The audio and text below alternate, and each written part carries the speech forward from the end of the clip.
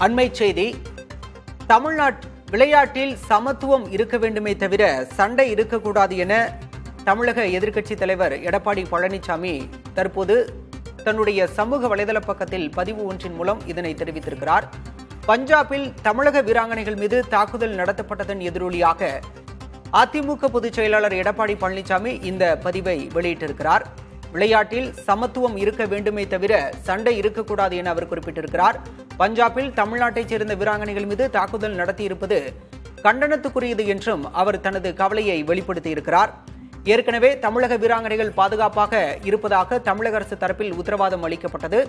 தமிழக வீராங்கனைகளுக்கு கூடுதல் பாதுகாப்பு வழங்கப்படும் என்று தமிழக துணை முதலமைச்சர் உதயநிதி ஸ்டாலினும் கூறியிருந்தார். இந்நிலையில் தமிழக வீராங்கனைகள் மீதான தாக்குதல் சம்பவத்திற்கு அதிமுக பொதுச் செயலாளர் எடப்பாடி பழனிசாமி கண்டனம் தெரிவித்திருக்கிறார். மாணவிகளின் பாதுகாப்பை திமுக அரசு உறுதி செய்ய வேண்டும் என்ற வேண்டுகோளையும் எடப்பாடி பழனிசாமி விடுத்திருக்கிறார்.